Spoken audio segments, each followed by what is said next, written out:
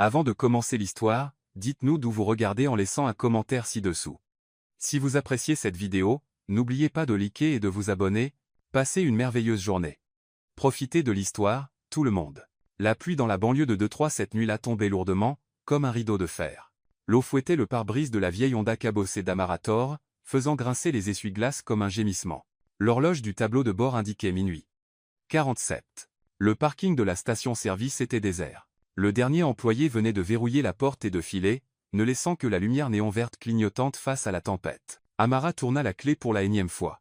Le moteur rugit, toussa, puis s'éteignit. « Non, ne fais pas ça. » murmura-t-elle, pressant son front contre le volant, en sanglots. La pression en elle était aussi écrasante que le déluge dehors.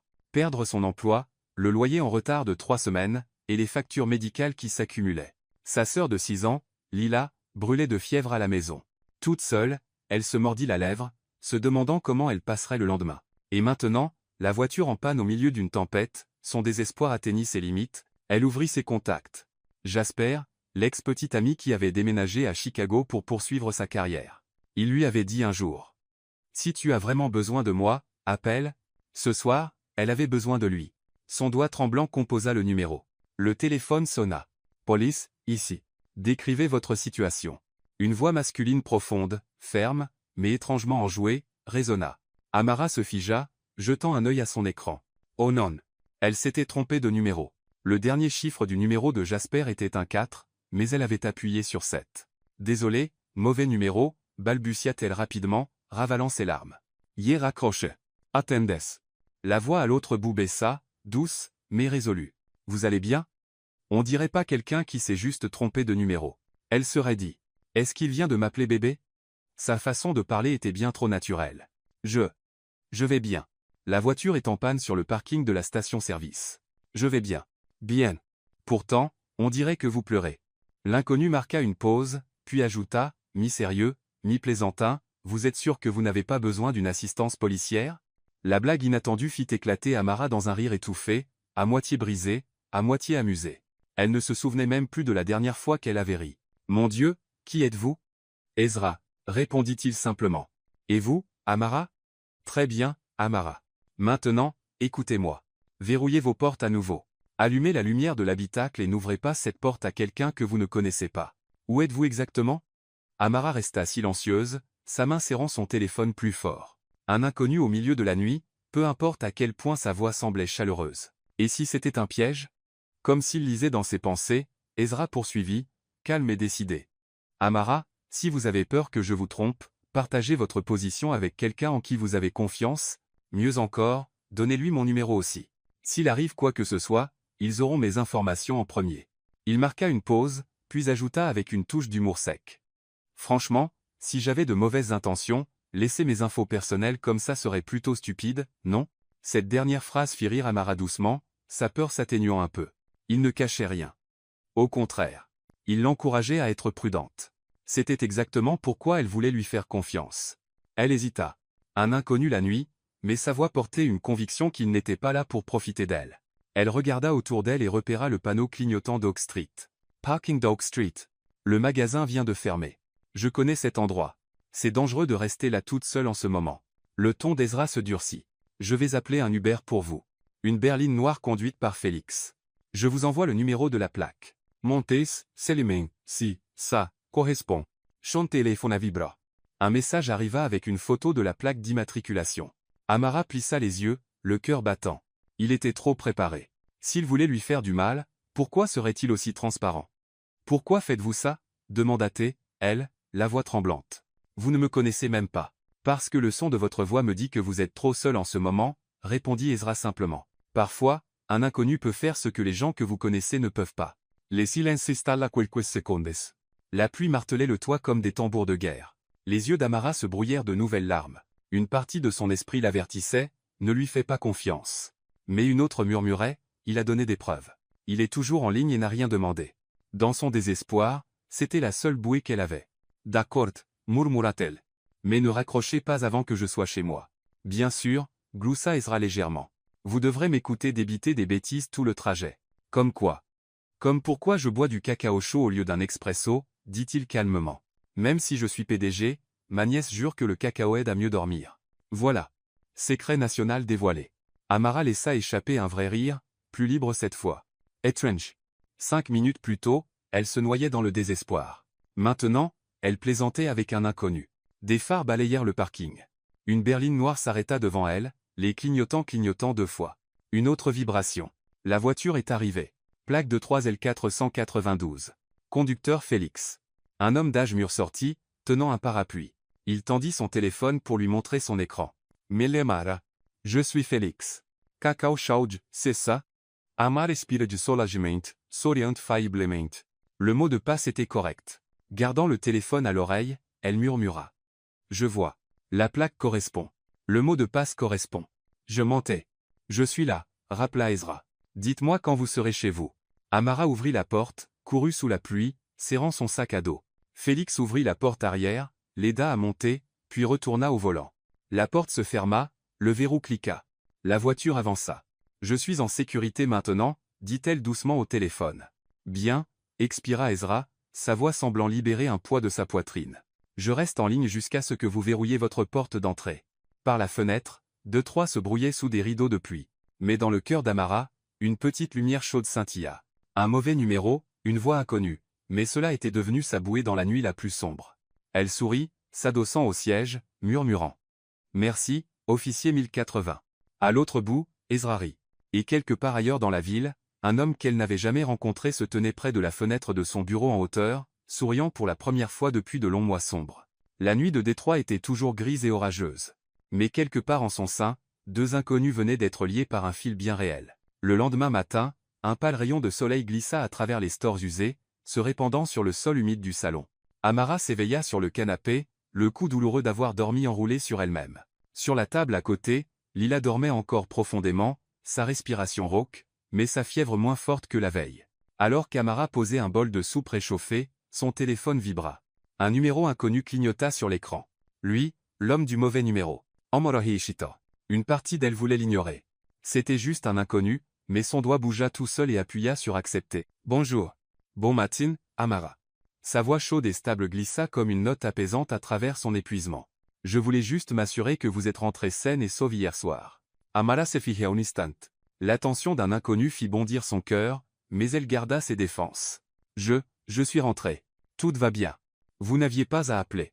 Je sais que je n'avais pas à le faire, mais je le voulais, répondit Ezra calmement, comme si c'était la chose la plus naturelle au monde. D'ailleurs, vous me devez toujours une tasse de cacao chaud. Amara laissa échapper un petit rire, le premier depuis des jours après rien d'autre que des soupirs. Les jours suivants, l'appel erroné ne s'arrêta pas. Le lundi soir, le téléphone vibra à nouveau. Amara fixa l'écran, hésita, puis répondit « Qu'est-ce que vous faites ?» La voix d'Ezra portait cette rauque fatigue d'un homme à la fin d'une longue journée, vérifier les ordonnances de Lila. Amara soupira, posant son menton sur sa main. Titre officiel. Grande sœur, infirmière à temps partiel, et pire cuisinière de soupe de Détroit. Impressionnant, gloussa-t-il. Si c'était la hotline 1080, je devrais facturer un supplément pour le forfait multifonction.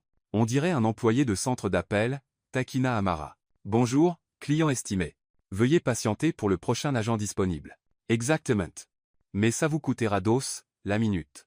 Vous feriez mieux d'avoir l'argent prêt ou je vous coupe. Oh, donc vous êtes un escroc.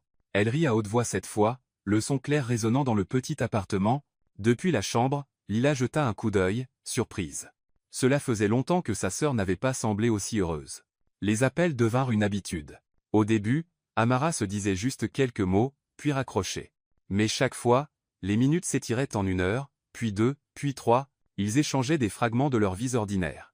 Amara admit qu'elle avait rêvé de terminer un diplôme en commerce et de décrocher un bon emploi, mais la survie et les soins pour Lila l'avaient éloignée. Ezra partagea qu'il avait lui aussi été enseveli sous des feuilles de calcul interminables et des réunions consécutives. Alors, qu'est-ce que vous faites exactement ? Demanda Amara une nuit pluvieuse, écoutant le déluge contre les fenêtres. Du travail de bureau ? Ezra répondit après une brève pause. Toute la journée, à fixer des chiffres et des paperasses. Ring de glamour. À vous entendre, j'imagine un gars devant un clavier jusqu'à 2 heures du matin. Un café froid à côté, les cheveux en bataille comme un nid d'oiseau. Tout à fait. Il éclata de rire. Vous êtes vraiment doué pour deviner. Amara rit avec lui. Dans son esprit, il était plus un employé de bureau épuisé qu'un héros mystérieux. Et curieusement, cela la mettait à l'aise. Tout le monde n'avait pas besoin de prétendre être parfait. Une autre nuit, après que Lila se fut endormie profondément, Amara était blottie à la table de la cuisine. Des papiers et des factures en retard s'étalaient devant elle. La voix d'Ezra résonna doucement par le haut-parleur. « Si vous pouviez faire n'importe quoi sans vous soucier de l'argent, que feriez-vous » Elle resta silencieuse longtemps, puis soupira. « Je retournerai à l'école, je terminerai mon diplôme en commerce. Je voudrais travailler dans une vraie entreprise où ma voix compte. Mais les rêves, c'est comme les vieilles voitures. Quand elles tombent en panne, on les laisse sur le bord de la route. Les vieilles voitures peuvent être réparées, dit Ezra lentement. Les rêves aussi. Il suffit de quelqu'un prêt à écouter le moteur tousser, à remplacer les bougies, peut être à ajouter du carburant. » La métaphore étrange fit rire Amara à travers ses larmes, à part égale triste et chaleureuse. « Vous devriez quitter le travail de bureau et lancer une hotline de thérapie. J'y travaille déjà. Ça s'appellera Ezra 1080. Forfait de base. J'écoute vos plaintes. Forfait premium. Je raconte des blagues nulles jusqu'à ce que vous riez. Je crois que je suis déjà abonné au forfait premium, murmura-t-elle timidement, les joues brûlantes, bien que son cœur se sentît plus léger. Jour après jour, les appels devinrent leur lieu de rencontre invisible. Amara attendait la sonnerie quand Lila s'endormait. Ezra trouvait du réconfort dans sa voix et une évasion de son appartement en hauteur silencieux. Ils ne s'étaient jamais rencontrés, pourtant chaque blague, chaque soupir partagé rapprochait un peu plus la vaste ville de Détroit. Tous deux savaient que ce n'était plus juste un mauvais numéro. C'était un fil fragile mais résilient. Deux inconnus connectés par rien d'autre qu'une voix, mais touchant les recoins les plus profonds de leur vie respective. Une autre nuit pluvieuse à Détroit. Les gouttes de pluie tapaient régulièrement sur le toit en tôle déformé de l'appartement, se mêlant au tout rauque venant de la pièce d'à côté. Amara était assise sur le canapé, son ordinateur portable sur les genoux. L'écran était rempli de chiffres financiers qui n'avaient rien à voir avec elle, sauf qu'ils clignotaient tous en rouge. Ses doigts tremblaient en parcourant les prix croissants des médicaments. Dans la chambre, la fièvre de Lila s'était calmée pour l'instant, grâce au dernier antipyrétique de la maison, mais Amara savait que d'ici demain, peut-être même dans quelques heures, elle remonterait, et le médicament était trop cher. Chante les fonavibra. Ezra, vous êtes encore éveillé? Sa voix résonna basse et rauque, comme s'il avait eu une longue journée, lui aussi. Quelqu'un a de l'insomnie. Elle tenta de faire passer ça pour une plaisanterie, bien que sa gorge fût serrée. En fait, je calcule les frais médicaux de Lila. Il y eut un silence à l'autre bout. Puis la voix d'Ezra s'adoucit. Racontez-moi. Amara se mordit la lèvre. Depuis qu'elle avait rencontré cet inconnu par une voix, elle avait déjà partagé plus qu'elle n'aurait jamais cru. Mais l'argent restait honteux à admettre. Pourtant, son silence patient semblait un encouragement discret. Les médicaments de Lila. Ils sont trop chers. L'assurance ne les couvre pas. J'ai tout essayé, mais... Elle expira, sa voix se brisant. Je déteste le dire à haute voix. J'ai l'impression de me plaindre. Non. La réponse d'Ezra était ferme. Vous ne vous plaignez pas. Vous vous battez. C'est différent. Les mots firent piquer les yeux d'Amara. Personne n'avait qualifié ses efforts de combat depuis très longtemps. Le lendemain, Amara emmena Lila à la clinique Hope, un endroit modeste du quartier qui facturait encore des frais élevés pour les patients non assurés. Elle se prépara à argumenter, supplier, plaider pour un plan de paiement. Mais le médecin qui les reçut était un homme d'âge moyen aux cheveux poivre et sel et au sourire doux. « Bonjour, vous devez être Lila. Il se pencha gentiment. On m'a parlé de votre cas. Ne vous inquiétez pas, nous nous occuperons de tout. Parlez ?» Amara cligna des yeux. « Mais je n'ai rien enregistré. Nous avons un fonds d'aide aux patients, » expliqua le médecin. « L'examen d'aujourd'hui et les médicaments sont tous couverts. Concentrez-vous sur prendre bien soin de Lila. » Amara fut stupéfaite. Lorsqu'elles quittèrent la clinique avec un sac plein de médicaments, ses jambes semblaient faibles sous elle. Tout s'était passé trop vite, trop inopinément. « Serette, qui a fait ça ?» murmura Lila, serrant le sac comme un trésor. Amara pinça les lèvres. En elle montait une chaleur mêlée de suspicion. Était-ce un cadeau du ciel ou la voix à l'autre bout du fil? Cette nuit-là, avec Lila endormie, Amara s'assit près de la fenêtre, écoutant la pluie, et composa le numéro familier. « Bonjour », répondit la voix d'Ezra dès la première sonnerie. Je ne sais pas qui remercier, mais aujourd'hui Lila a eu un bilan complet et tous ses médicaments, ils ont dit que c'était couvert par un fonds de soutien aux patients. C'était vous? Ezra resta silencieux un long moment. Amara pouvait entendre la tension de son souffle à travers le haut-parleur. Amara, si vous voulez croire que c'était le ciel, je ne vais pas discuter. Son ton était doux. Tant que Lila va mieux, ça me suffit. Des larmes glissèrent sur les joues d'Amara. Elle voulait l'interroger, mais elle voulait aussi croire au miracle. En fin de compte, elle expira et laissa échapper un rire tremblant. Alors, je suppose que le ciel a décroché le téléphone. Si c'est le cas, je devrais commencer à facturer pour le forfait hotline des anges, taquina Ezra doucement, et son rire léger apaisa son cœur. 2 jours plus tard, un livreur frappa à leur porte. Quand Amara ouvrit, elle trouva une petite boîte enveloppée de papier craft. Pas de nom d'expéditeur, juste une note. Pour la fille du mauvais numéro. À l'intérieur se trouvait un thermos argenté, brillant et neuf. Sur le côté était inscrit « Fille du mauvais numéro ». À manipuler avec soin.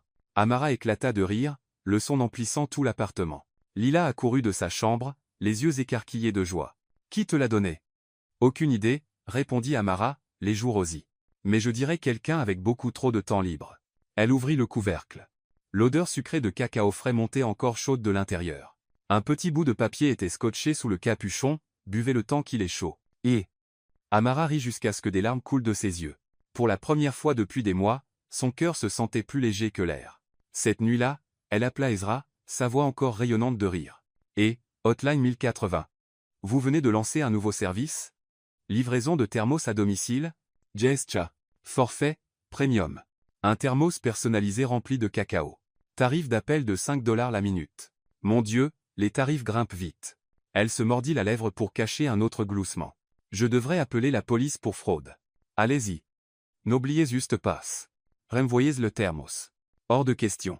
Amara serra les thermos fortes. Souriante. Ils rirent tous les deux, leur voix se mêlant au son de la pluie dehors, comme une mélodie joyeuse contre le poids de la vie.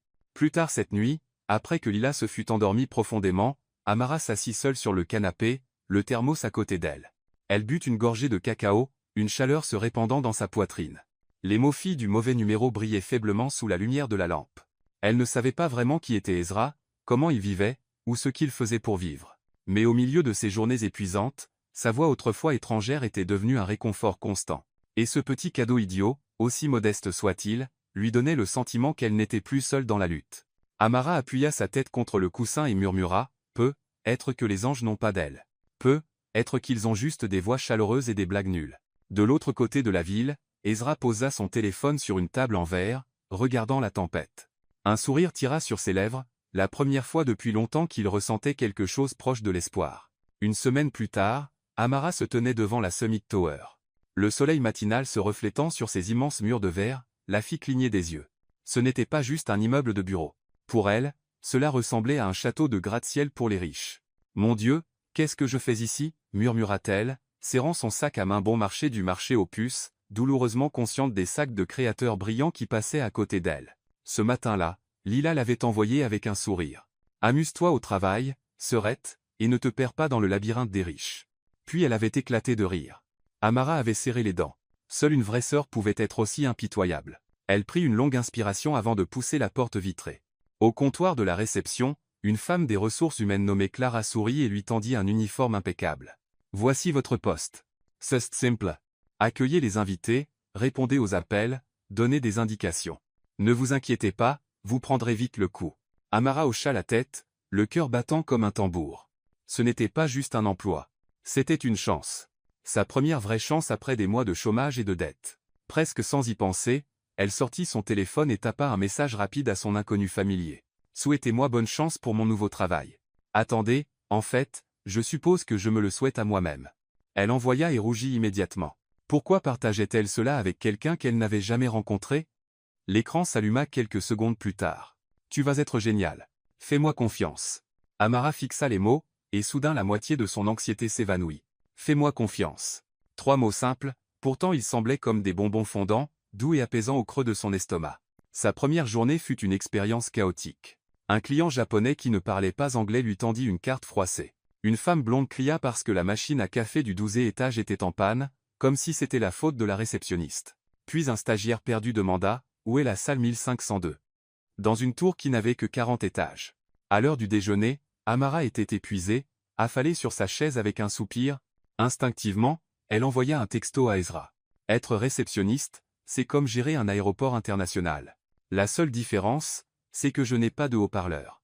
La réponse arriva instantanément. Si tu en avais un, que dirais-tu? Amara ricana, ses pouces volants. Attention, passagers, femme blonde du 12e étage, veuillez embarquer pour votre vol vers la planète Mars, et n'oubliez pas d'apporter votre café. Un émoji riant répondit. Les jours suivants, l'habitude s'installa. Salutations matinales. Mise à jour sur le chaos du déjeuner, vœux de bonne nuit. Amara commença à voir les textos d'Ezra comme de petites doses de vitamines pour son esprit. Quand elle se plaignit qu'un client grossier l'avait presque fait pleurer, il écrivit « Ne laisse personne ternir l'éclat de la réceptionniste étoile montante de Summit Tower ». Quand elle envoya une photo secrète de sa boîte à déjeuner bon marché, il répondit « Et, ton sandwich à 2 $ a l'air bien meilleur que le steak à 200 $ que j'ai mangé dans un endroit chic ». Amara rit si fort qu'elle faillit se faire prendre à envoyer des textos, sous le bureau. Un soir après son service, elle marcha vers l'arrêt de bus. L'horizon de Détroit scintillait de lumière, le vent humide de l'air nocturne. Son téléphone vibra. Tu es fatiguée?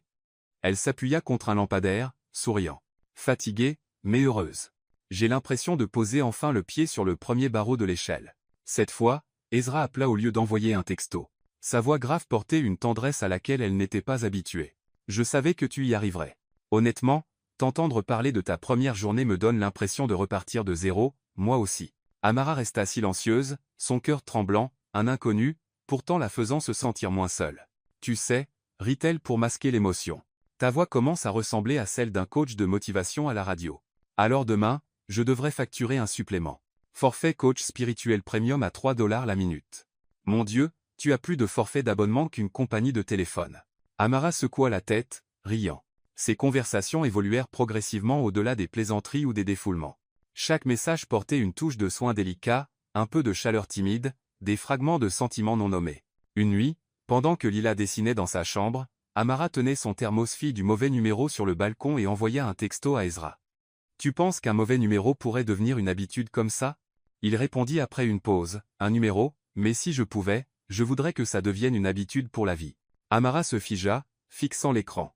Une bruine brumeuse tombait, et les lampadaires se brouillaient. Son cœur manque combattement. Elle tapa avec des doigts tremblants. « Et, tu flirtes? Qui sait ?» La réponse arriva avec un émoji clignotant. Amara éclata de rire, pressant le thermos chaud contre sa joue rougie. Sur son côté, les mots filles du mauvais numéro brillaient doucement sous la lumière du balcon. Cette nuit-là, même après que les lumières furent éteintes et que Lila dormait, Amara resta agitée. Le dernier message d'Ezra brillait encore dans son esprit. « Je voudrais que ça devienne une habitude pour la vie. » Elle sourit dans l'obscurité. Un inconnu sans visage, existant seulement par une voix et une série de textos, était devenu son soutien le plus fort dans ce chapitre difficile de sa vie. Juste avant que le sommeil ne la réclame, elle murmura « Peut être un mauvais numéro, mais juste pour toute une vie. » Un matin frais à Détroit. La Summit Tower se dressait comme une aiguille d'acier, perçant les nuages gris. Amara entra dans le vaste hall vitré, vacillant légèrement dans les talons aux empruntés à sa voisine. Elle avait l'impression de marcher sur une corde raide. Ce matin-là, Clara avait appelé. Réunion du conseil aujourd'hui. Beaucoup d'invités importants. Soyez prête à les accueillir. Amara avait failli laisser tomber son badge de personnel sous le coup de la panique. Ok, restez calme. Tu es la réceptionniste. La déesse de la réception, murmura-t-elle à elle-même, insufflant du courage dans sa poitrine. À 9 heures précises, les portes de l'ascenseur s'ouvrirent. Un groupe de personnes en sortit, costumes impeccables et chaussures cirées. Au milieu d'eux se tenait un homme grand aux épaules larges, et aux cheveux noirs soigneusement coiffés. Sa démarche était calme, mais son regard perçant fit taire tout le hall. Amara baissa la tête en une révérence polie et se tourna pour retourner à son bureau. Quand cette voix. Le dossier de Lee sera reporté à la semaine prochaine, et je veux le rapport matinal avant 10 à 7 heures. Le cœur d'Amara bondit violemment. Cette voix, trop familière, trop proche. Elle leva les yeux. L'homme s'arrêta, se tourna, et leurs regards se croisèrent. Une seconde, 2, 3. Le monde se figea. Sa bouche s'ouvrit. C'était lui. Ezra, l'homme qui lui avait parlé nuit après nuit. Celui qui lui avait envoyé le thermos fille du mauvais numéro. Sauf que le badge épinglé à la poche de son costume indiquait clairement. Ezra Cole, PDG, Amara Reculantituant, la Poitrineo Lureus. Donc, tout n'avait été qu'un mensonge. Elle pensait avoir partagé ses confidences avec un employé de bureau ordinaire, mais en réalité, c'était le PDG de la tour lui-même, un homme qui pouvait acheter le monde sans ciller. Amara? La voix d'Ezra se brisa. Son expression était celle d'une surprise stupéfaite. Vous, c'est vous. Sa voix tremblait. Vous êtes Ezra Cole. PDG Ezra Cole. Son assistant haussa un sourcil, regardant entre eux. L'air dans le hall se tendit comme une corde d'arc. Amara secoua la tête, mélange de colère et d'humiliation. Donc, tout ce temps, vous m'avez caché la vérité. Vous m'avez écouté parler de dettes, de médicaments, de mes larmes, pendant que vous étiez là, au dernier étage de cette tour avec un empire entre vos mains. Ce n'était pas comme ça. Ezra fit un pas en avant, mais elle recula. Alors quoi? Un passe-temps? Discuter avec une fille désespérée qui a composé le mauvais numéro pour tuer votre ennui? Amara força un rire amer, bien que ses lèvres tremblaient, les yeux d'Ezra piquaient. Il ouvrit la bouche, mais dans sa colère, Amara lâcha. Je suppose que j'étais assez stupide pour faire confiance à M. Mauvais numéro. Tout le hall devint silencieux. Puis des dizaines de regards se tournèrent vers elle.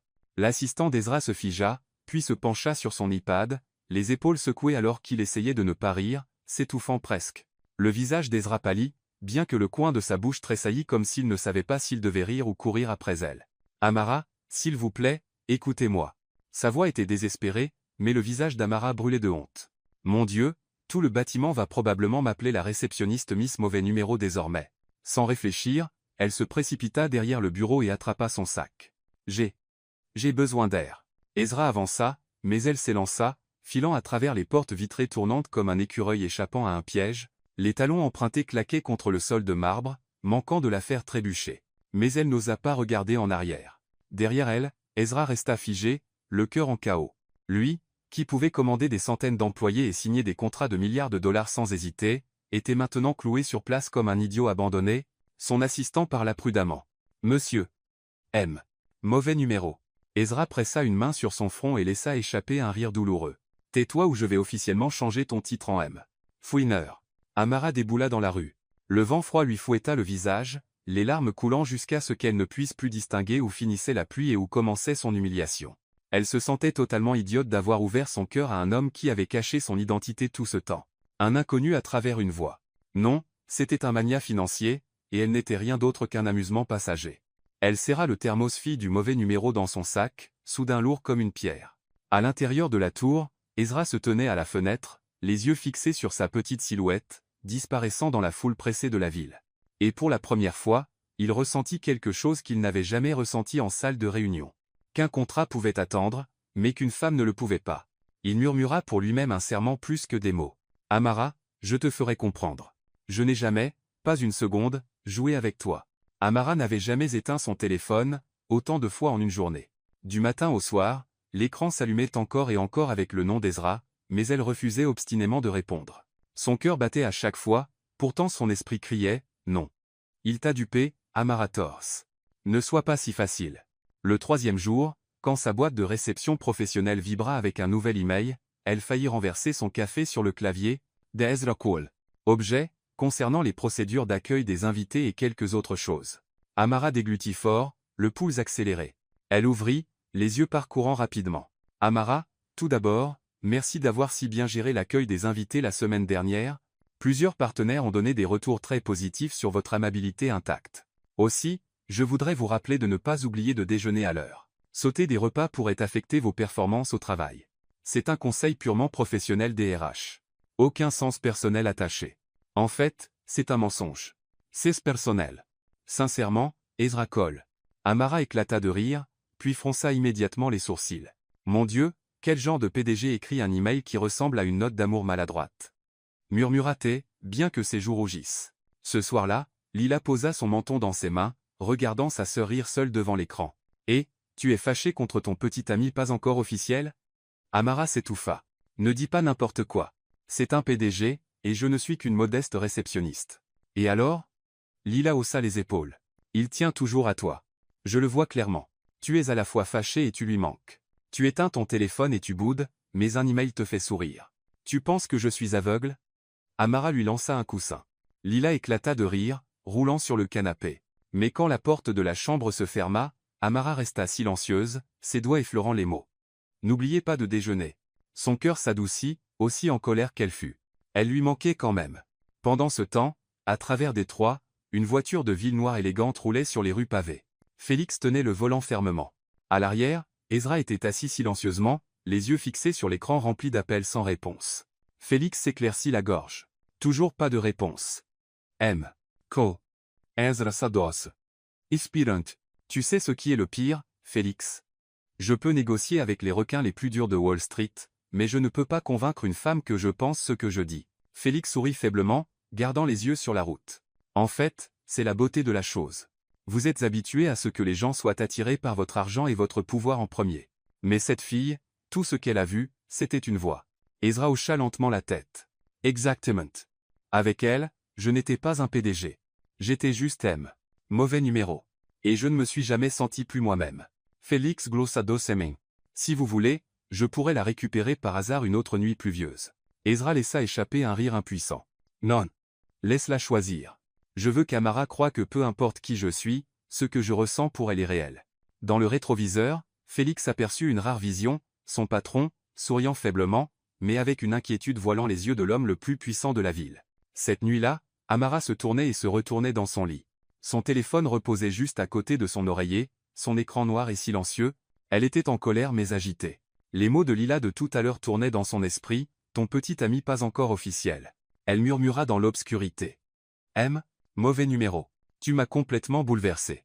De l'autre côté de la ville, Ezra était assis seul dans son penthouse froid, la lumière jaune de la lampe étirant son ombre sur le mur. Il ouvrit son ordinateur portable, le curseur clignotant sur un email vierge. Lentement, il tapa.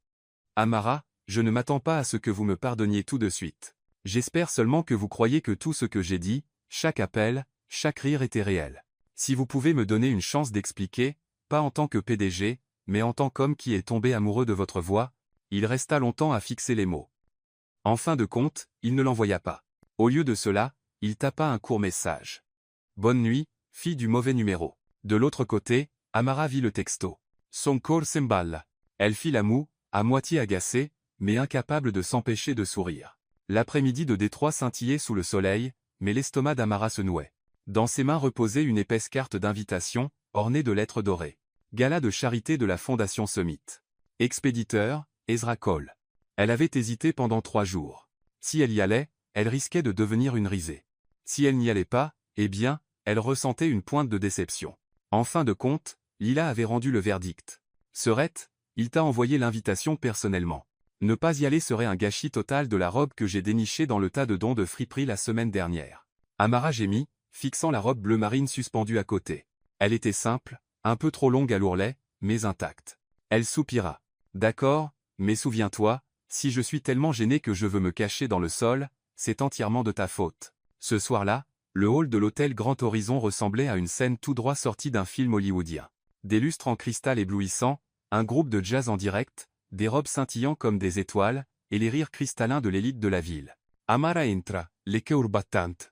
Tout le monde autour d'elle brillait comme des diamants alors qu'elle se sentait comme un grain de sable.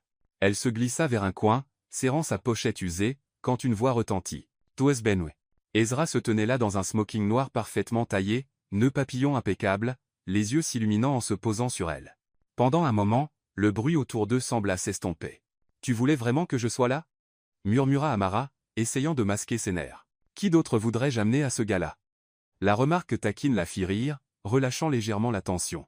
Et comme par un coup du sort, lorsqu'elle tendit la main pour prendre un verre de vin sur un plateau qui passait, sa main trembla. Un léger choc par derrière. Splash!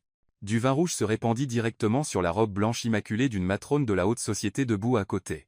La salle laissait figer. La femme quelqu'un venait de murmurer son nom, Madame Langlais la fixa comme si elle avait commis une trahison. Vous? Qu'avez-vous fait? Amara vira au rouge tomate, balbutiant. Je suis tellement désolé. Je paierai le nettoyage à sec. Avant que Madame Langlais ne puisse déchaîner sa fureur, Ezra intervint, posant une main calme sur l'épaule d'Amara, sa voix porta facilement à travers la salle. C'est le dernier modèle de Milan. L'édition éclaboussure rouge. Surpris que vous n'en ayez pas encore entendu parler? Un rire ondula à travers la foule. Le visage de Madame Langlais vira à l'écarlate, mais elle pouvait difficilement discuter en public. Marmonnant dans sa barbe, elle s'éloigna, humiliée. Amara fixa Ezra, les yeux écarquillés. « Tu viens de me sauver? Te sauver ?» Il haussa les épaules. « Je viens de faire de toi une icône de la mode. Demain, la moitié de la ville éclaboussera du vin sur leur robe pour rester à la mode. » Amara éclata de rire, manquant de s'étouffer avec sa boisson. Mais même si Ezra transformait le désastre en comédie, Amara pouvait encore entendre les chuchotements derrière elle. Qui est-elle? Cette robe seule crie qu'elle est hors de son élément.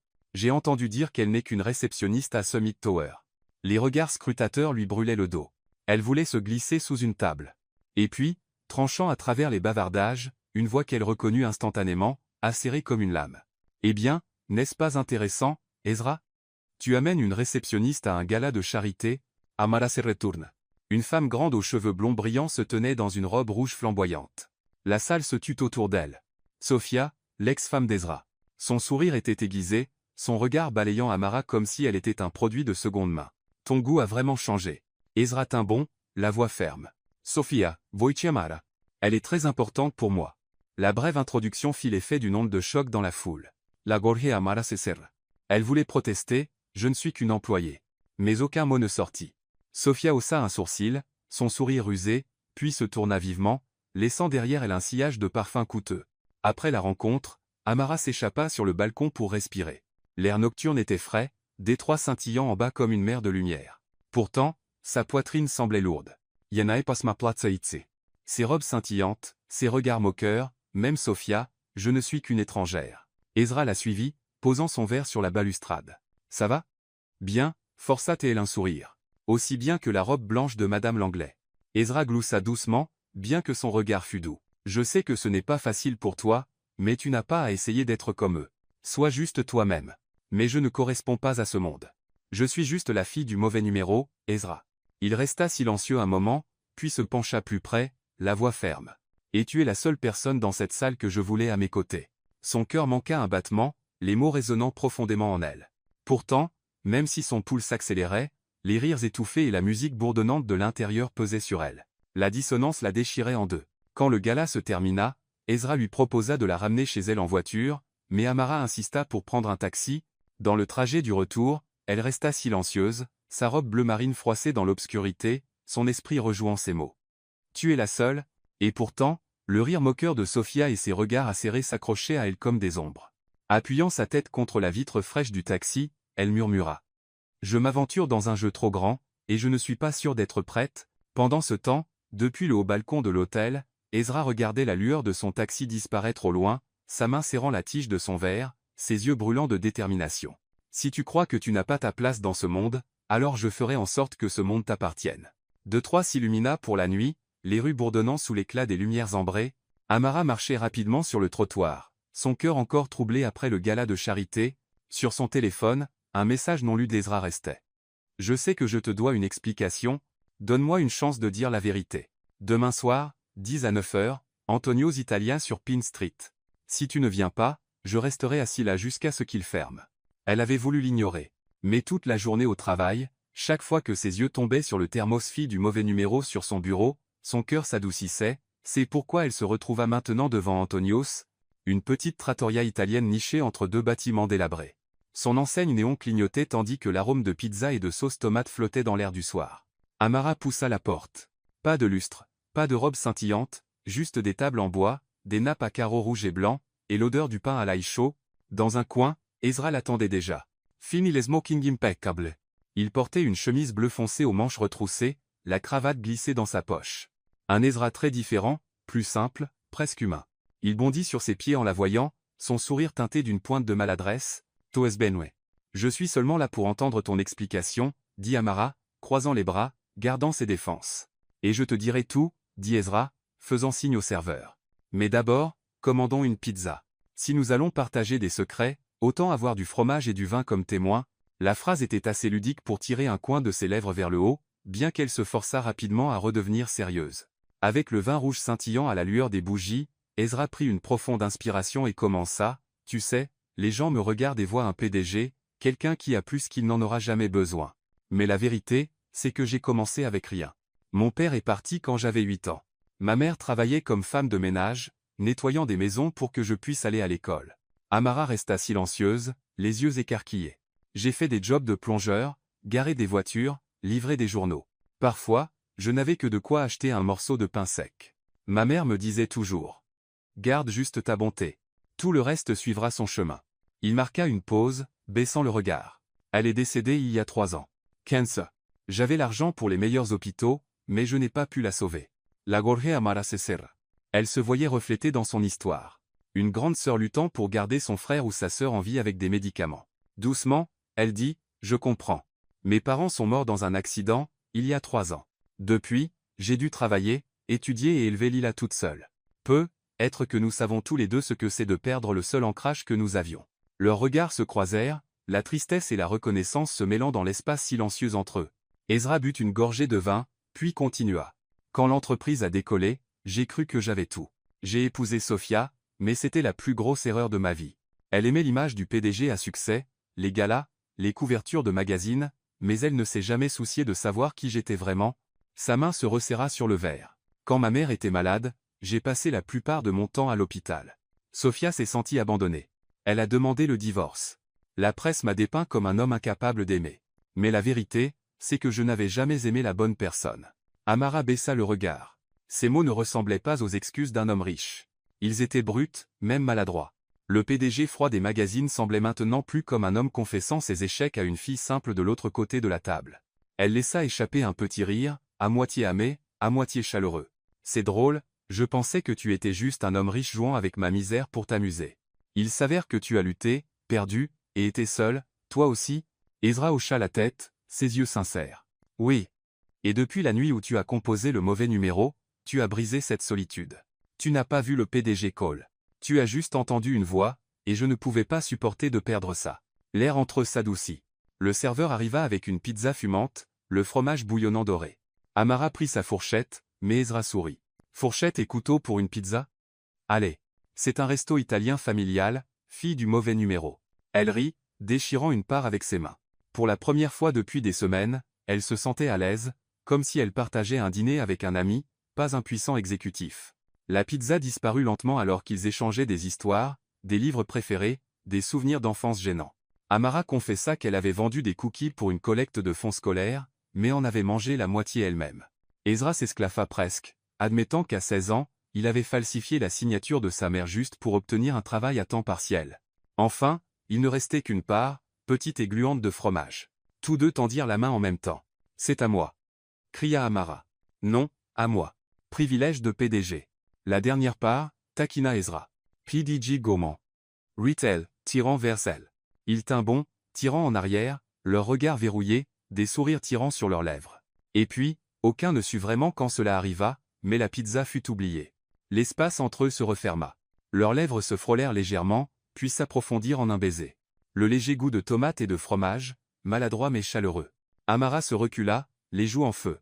On vient de s'embrasser pour une part de pizza? Ezra gloussa doucement, les yeux brillants. Alors se remercie la pizza. Elle est plus intelligente que moi. Ils éclatèrent tous les deux de rire, leur rire se mêlant à la musique italienne éraillée jouant sur la vieille radio dans le coin. Quand ils quittèrent Antonio, les réverbères de Détroit projetaient des halos dorés sur les trottoirs luisants de pluie.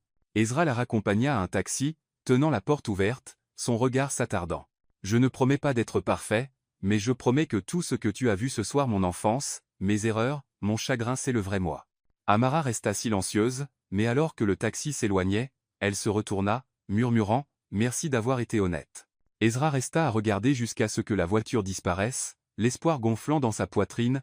Cette nuit-là, Amara était allongée dans son lit, serrant le thermos-fille du mauvais numéro, son cœur battant. Elle savait que les choses ne seraient pas simples. Que Sofia dans le monde de la haute société attendait toujours pour la juger. Mais ce baiser maladroit sur une part de pizza avait laissé sa marque. Pour la première fois depuis des années, elle s'autorisa à espérer quelque chose de différent. Et Ezra, seul dans son vaste penthouse, sourit doucement pour lui-même. Pour lui, ce baiser n'était pas juste une émotion passagère. C'était un serment silencieux. D'un mauvais numéro, il pouvait écrire toute une histoire juste. Lundi matin, dès qu'Amara entra dans la Summit Tower, elle sentit que quelque chose n'allait pas. Les collègues étaient regroupés autour de leur téléphone, chuchotant, la regardant avec un mélange de curiosité et de pitié. Clara, la responsable RH, se précipita, le visage tendu. « Amara, ne fais pas attention. Les tabloïds s'en prennent encore avec leurs gros titres minables. » Le cœur d'Amara battit fort. Elle arracha un journal du comptoir de la réception. Les lettres en gras criaient sur la couverture. La nouvelle petite amie du PDG Ezra Cole n'est qu'une réceptionniste qui a composé le mauvais numéro. Chercheuse d'or ou romance de contes de fées? En dessous, une photo floue, elle et Ezra sortant du restaurant italien Antonio's la semaine dernière, souriant comme des idiots. L'article ajoutait de l'huile sur le feu. Des sources affirment que cette pauvre fille exploite la pitié du PDG pour grimper dans une nouvelle vie. Une chaleur envahit le visage d'Amara. Ses mains tremblaient en froissant le papier. Chaque mot coupait son orgueil comme un couteau.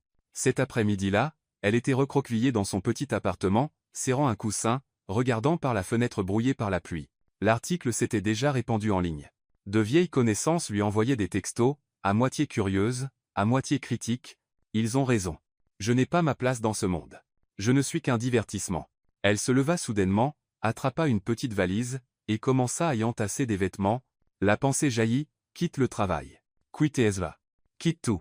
Puis vint un martèlement à sa porte. Amara, ouvre la porte. Son cœur se serra à la voix d'Ezra. Vaten, créatela. Je ne veux plus te voir. Si tu n'ouvres pas cette porte, j'appelle un serrurier. Son ton était à moitié frustré, à moitié paniqué. Tu penses qu'un PDG ne le ferait pas vraiment? La porte s'ouvrit à la volée. Ezra se tenait là, essoufflé, les cheveux humides de pluie, un journal froissé à la main. Tu l'as lu? Il brandit le papier. Oui, et ils ont raison. Amara éclata, les yeux brillants. Je ne suis que la fille du mauvais numéro. Et toi, l'Eric Epidiji. Tout le monde pense que je t'utilise. Ezra s'avança, saisissant ses épaules. Écoute, si tu cherches de l'or, alors cette mine d'or se donne à toi volontairement. Compris? Amara se figea, puis éclata, riant à travers ses larmes. Tu as une idée de à quel point ça sonne stupide? Stupide peut être, mais honnête. Ses yeux se verrouillèrent aux siens. Tu ne prends rien de moi.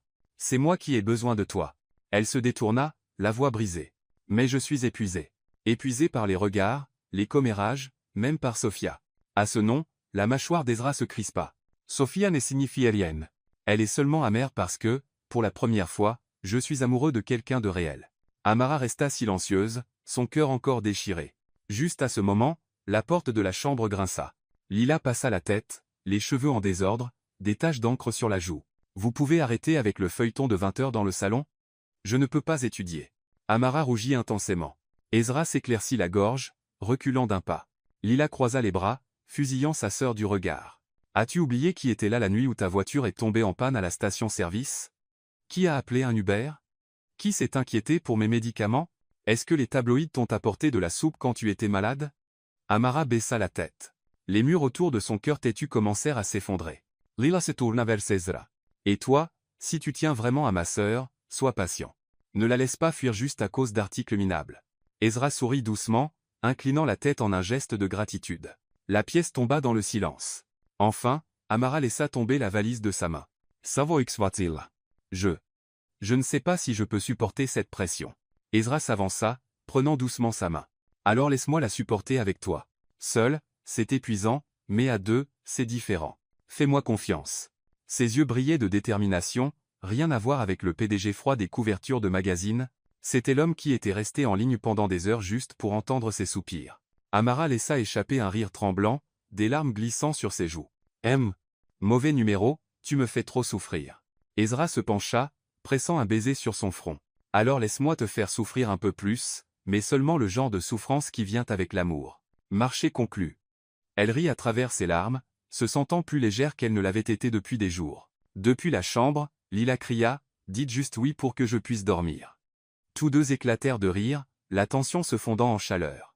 Cette nuit-là, en raccompagnant Ezra à la porte, Amara murmura, « Je suis encore en colère, mais je vais essayer de te faire confiance une fois de plus. » Ezra serra sa main, les yeux brillants. « Une fois de plus, c'est tout ce dont j'ai besoin.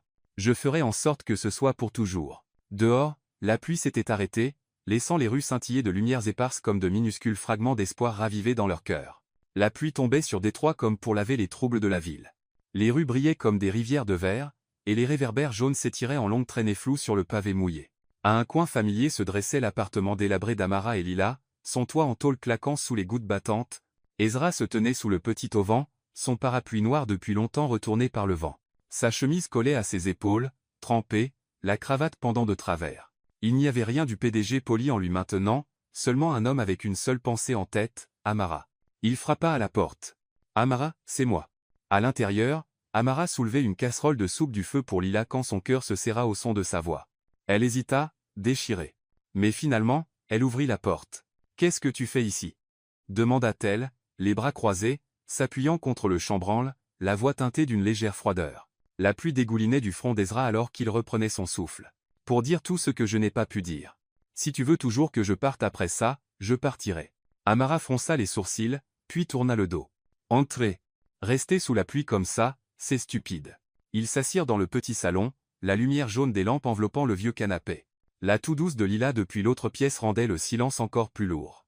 Ezra prit une longue inspiration, les yeux brillants malgré sa fatigue. « Amara, je sais que tu as l'impression de ne pas appartenir à mon monde, mais écoute-moi. Je ne t'aime pas pour ce que tu es aux yeux des autres ou pour tes circonstances. Je t'aime pour toi, pour la façon dont tu prends soin de Lila, pour la façon dont tu souris même épuisé, même pour la façon dont tu m'appelles M. Mauvais numéro.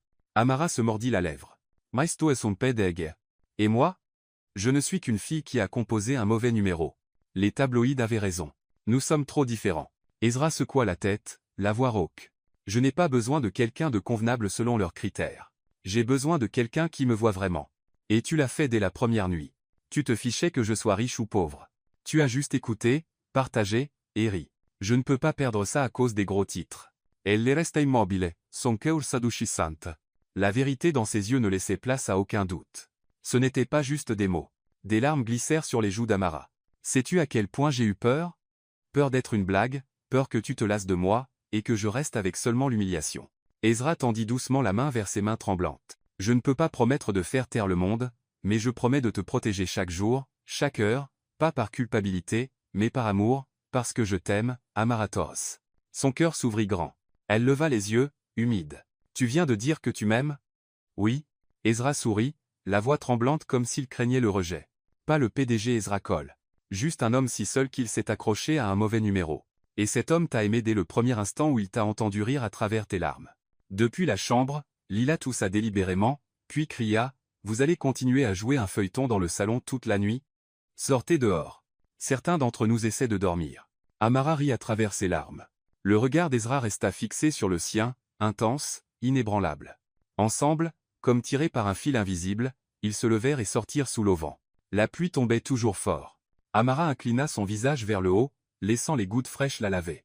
Ezra la tira près de lui, ses bras se resserrant autour d'elle. « Je suis désolé de t'avoir fait douter de moi, mais dorénavant, si tu me laisses, je prouverai chaque jour que tu es la seule dont j'ai besoin. » Amara enroula ses bras autour de lui, posant sa tête sur son épaule. « J'ai encore peur. Mais je te fais confiance. M. Mauvais numéro. » Ils rirent en même temps, leurs voix se mêlant à la pluie, lavant les jours de tension. Dans cet instant tendre, Ezra éternua bruyamment. Puis encore, Atchoum. Oh! Amara recula, alarmée. Mon Dieu, tu viens de faire la déclaration la plus romantique et maintenant tu ressembles à un chat mouillé qui éternue. Ezra essuya son visage, riant entre les éternuements. Si tombe malade c'est ta faute. Ta faute de m'avoir fait tomber amoureuse d'un PDG enrhumé. Amara se plia de rire, les larmes se mêlant à la pluie. Elle repoussa doucement ses cheveux mouillés. D'accord, je prends la responsabilité, mais si tu as le nez qui coule demain, n'attends pas de moi que j'achète des mouchoirs. Ezra sourit, les yeux brillant assez fort pour percer la tempête. Il se pencha, rien ne le retenant cette fois. Leurs lèvres se rencontrèrent sous la pluie de 2-3 douces, maladroites, parfaites. Quand ils rentrèrent enfin, trempés de la tête aux pieds, Lila se redressa avec un soupir dramatique. Eh bien, c'est réglé. Vous êtes officiellement ensemble. Je suis témoin. Amara rougit furieusement. Ezra gloussa, serrant sa main fermement. Dehors, la pluie tombait toujours. Mais dans ce petit appartement, quelque chose de nouveau avait commencé, un amour né d'un mauvais numéro, de larmes, de rires, et même de quelques éternuements incontrôlables. On en passa un clin d'œil.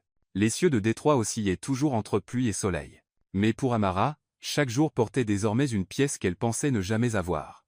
De la réceptionniste nerveuse qu'elle était, Amara était devenue assistante de gestion de projet à Summit Tower, elle connaissait presque chaque client par son nom, maîtrisait les procédures, et pouvait même tenir tête dans les réunions. Clara, autrefois sa manager, maintenant une amie proche et mentor, taquinait souvent, « Je savais que ton sourire t'emmènerait loin.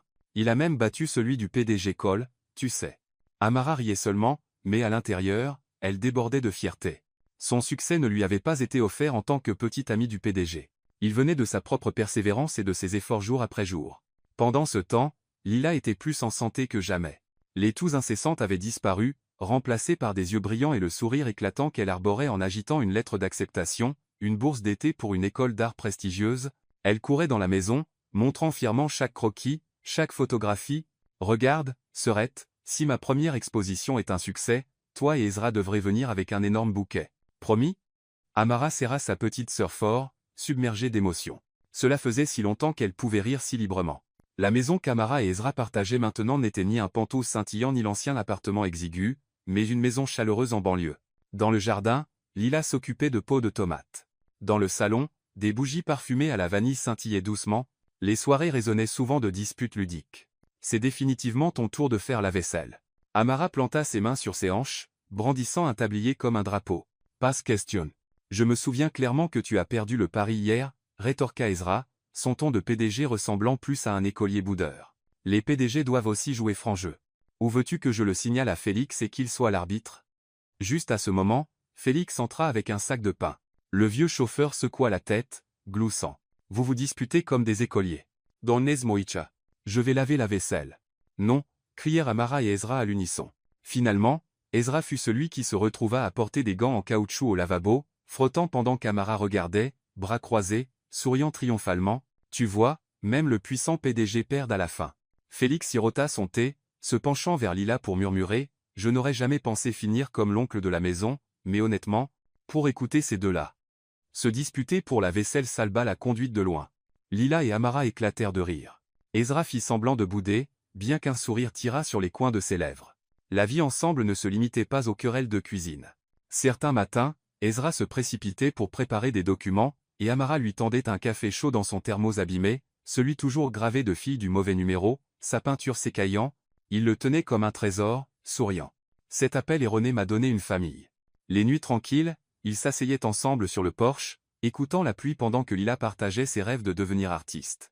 Ezra parlait peu, se contentant de serrer doucement la main d'Amara comme pour lui rappeler qu'il ne partirait nulle part. Un soir d'automne, alors que tous trois étaient affalés dans le salon avec des boîtes de pizza éparpillées, Lila demanda soudain. « Alors, quand est-ce que vous vous mariez ?» Amara s'étouffa presque avec sa part. « Lila, quelle question ?» Ezra haussa un sourcil, un sourire malicieux jouant sur ses lèvres. « Bonne question. » Exactement, ajouta Félix, feignant le sérieux. « En tant qu'oncle, j'ai besoin de savoir pour préparer mon costume. » Le visage d'Amara devint écarlate alors qu'elle l'enfouissait dans un coussin du canapé. « Pourquoi tout le monde dans cette maison s'acharne sur moi ?» Ezra tira doucement sa main, sa voix à part égale sincère et taquine. « Je pense qu'on devrait commencer à planifier. Rien d'extravagant, juste quelque chose de chaleureux, quelque chose qui dit à toi et Lila que vous aurez toujours votre place ici. Sonregarza aussi. » Elle ne répondit pas avec des mots, seulement un petit hochement de tête. Mais le sourire radieux qui traversa le visage d'Ezra en dit long. Un an après cet appel erroné, Amara avait une carrière stable. Lila prospérait avec sa bourse d'art, et Ezra, autrefois un PDG solitaire, avait trouvé un foyer paisible. Dans cette petite maison, le rire emplissait chaque repas. Les disputes ludiques sur la vaisselle résonnaient dans la cuisine, et les promesses discrètes d'un mariage à venir flottaient dans l'air. Et tout avait commencé avec un mauvais numéro par une nuit pluvieuse à Détroit. Cet été, là, Détroit arborait un vert éclatant dans le petit jardin de la maison de banlieue qu'Amara, Ezra et Lila avaient construite ensemble au cours de l'année passée. Des roses blanches fleurissaient sous une douce lumière dorée. Des guirlandes lumineuses scintillaient au-dessus, et des tables et chaises en bois étaient alignées soigneusement. Ce n'était pas un grand mariage avec des centaines d'invités, mais une célébration chaleureuse et intime exactement ce dont Amara avait toujours rêvé. Seuls les gens qui les aimaient vraiment étaient présents. Félix, pour une fois sans son uniforme de chauffeur, avait plutôt fière allure en tant qu'officiant rétis de la journée. Ajustant le micro avec un sourire, il marmonna. « Patron Cole, aujourd'hui, pas de réunion à 10h ni de rapport dans 5 minutes. Aujourd'hui appartient à Amara. » Ezra gloussa, hochant la tête, son regard déjà fixé au bout de l'allée parsemée de fleurs où Amara attendait. La musique du piano flottait à travers le jardin alors que les invités se levaient. Amara apparut dans une robe blanche simple, sans prétention mais radieuse. À ses côtés, Lila rayonnait en demoiselle d'honneur dans une robe bleu pastel, les yeux pétillants de joie. Ezra retint. Sans souffler. Son cœur battait aussi fort que la première fois qu'il avait entendu la voix d'Amara par cette nuit pluvieuse. Alors que le couple avançait dans l'allée, quelques employés de Summit Tower chuchotaient entre eux, étouffant à peine leur rire. C'est définitivement l'affaire la plus réussie du patron. Ouais, il a composé le mauvais numéro et a conclu le contrat d'une vie. Le groupe éclata en gloussement. Ezra leur lança un regard d'avertissement moqueur, mais même lui ne pouvait cacher son sourire. Amara entendit, les joues rougissantes, mais elle rit aussi. Alors que la cérémonie touchait à sa fin, Lila s'avança et prit le micro. La foule se tut, regardant la jeune fille de 10 à 7 ans avec des yeux pleins d'attente. « Salut tout le monde, je suis Lila, la sœur de la mariée. J'ai juste quelques mots à dire aujourd'hui. » Elle s'éclaircit la gorge, provoquant des rires dans la foule. « S'il n'y avait pas eu ce mauvais numéro, ma sœur serait probablement encore célibataire, mangeant des nouilles instantanées dans notre petit appartement, oh, et me criant dessus pour avoir renversé de la peinture sur le sol. » Le jardin s'emplit de rires. Lila continua, sa voix s'adoucissant. « Mais à cause de ce mauvais numéro, nous avons Ezra. Pas seulement un beau-frère, mais l'homme qui a aidé ma sœur à croire à nouveau en l'amour. Merci de l'aimer et de m'aimer aussi. J'espère que cet appel restera toujours la plus belle erreur de vos vies. » Les larmes montèrent aux yeux d'Amara alors qu'elle serrait sa sœur fort. Ezra posa une main tendre sur l'épaule de Lila. « Quand vint le moment des vœux, une douce brise d'été murmura à travers les roses. Ezra prit les mains d'Amara, sa voix grave, tremblant légèrement. Il y a un an, tu n'étais qu'une voix d'inconnu sous la pluie. Mais cette voix m'a sorti de la solitude, m'a donné une famille, et m'a fait croire que j'étais encore digne d'amour. Je fais le vœu de rester à tes côtés, non seulement sous le soleil, mais à travers chaque tempête de détroit. Amara plongea son regard dans le sien, ses lèvres frémissant. Je pensais autrefois qu'un mauvais numéro ne signifiait rien, mais il s'est avéré être l'appel le plus important de ma vie. Tu ne m'aimes pas pour mon passé ou mes circonstances. Tu m'aimes pour qui je suis, et je fais le vœu de toujours répondre quand tu appelles, que ce soit à travers les larmes ou les rires. Pendant un instant, le jardin retint son souffle, puis éclata en applaudissements. Félix éleva délibérément la voix. Et maintenant, Ezra, vous pouvez embrasser la mariée, mais cette fois, pas de vin renversé sur la robe de quiconque. Les invités éclatèrent de rire. Amara rougit intensément. Ezra rit, puis se pencha pour l'embrasser sous le dais de roses blanches. Après les vœux, les invités se mêlèrent, festoyant et discutant au milieu d'une musique joyeuse. Lila tira la manche du photographe. « Vite, prenez notre photo de famille. » Ezra enroula son bras autour de la taille d'Amara, et Amara attira Lila près d'elle. Tous trois se serrèrent les uns contre les autres, souriant largement. La lumière dorée filtrait à travers les arbres, leurs ombres tombant sur l'herbe verte. D'un mauvais numéro par une nuit pluvieuse à une famille. La photo fut encadrée et placée dans leur salon de banlieue comme preuve d'un amour né de la plus douce erreur. Quand la nuit tomba et que les invités partirent, Amara s'assit dans le jardin, sa robe se répandant doucement sous la lueur chaude des guirlandes lumineuses. Ezra posa une main sur son épaule, Lila à leur côté, grignotant le dernier cupcake. « Alors, c'est fait ?» sourit Amara. « Non » répondit Ezra doucement. « Ce n'est que le début. Le début d'un contrat à vie que je signe volontiers. Pas de signature requise, juste ton sourire. » Amara rit. Lila leva les yeux au ciel avec un sourire. « Vous êtes beaucoup trop romantique, mais j'aime ça. » Ils rirent tous ensemble. Au-dessus d'eux, le ciel de Détroit scintillait d'étoiles, clair après la pluie. Et dans ce rire, une nouvelle famille fut écrite, née d'un mauvais numéro, scellée comme un amour pour la vie.